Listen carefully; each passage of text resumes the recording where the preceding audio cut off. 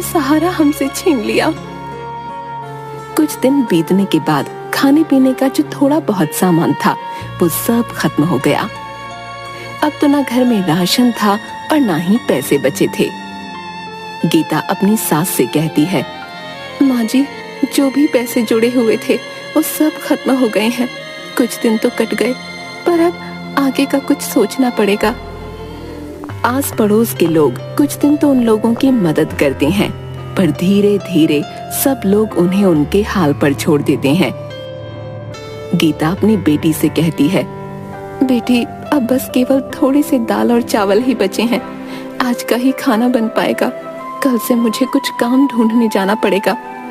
मैं बहुत चिंतित हूँ कि तुम लोगों को अकेला छोड़कर मैं काम पर कैसे जाऊंगी। माँ जी भी तो बीमार रहती हैं, उन्हें किसके भरोसे छोड़कर जाऊं। आप चिंता बिल्कुल न करें। आप तो भगवान की इतनी पूजा करती हैं, वो जरूर आपकी मदद करेंगे। हाँ बेटी, अब भगवान ही हमारी मदद कर सकते हैं। तुम भी उनसे प्रार्थना करना। चलो अब खाना खा लो। बच्चों और सास को खाना खिला लेने के बाद केवल थोड़ा सा ही खाना उसके लिए बचा। गीता जैसे ही खाना खाने के लिए बैठी तभी बाहर से आवाज आती है, क्या कोई घर पर है? इस भूखी बुढ़िया को भी खाना खिला दो। बूढ़ी अम्मा की आवाज सुनकर गीता तुरंत बाहर आती है और उन्हें बैठने के लिए कहती है। गीता ने अपने लिए जो थोड़े से दाल चावल रखे थे वो उस बुढ़िया को देने के लिए प्लेट में डालकर ले आती है। ये जो थोड़ा बहुत खाना है खा लो। मेरे पास आज केवल इतना ही भोजन है, आप इसे ग्रहण कर लें। बूढ़ी अम्मा खाना खाते खाते गीता से पूछने लगती हैं, क्या हुआ बेटी, उदास क्यों है?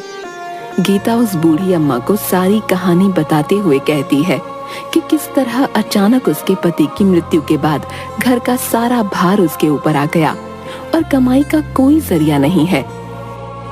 आज तो राशन भी खत्म हो गया है।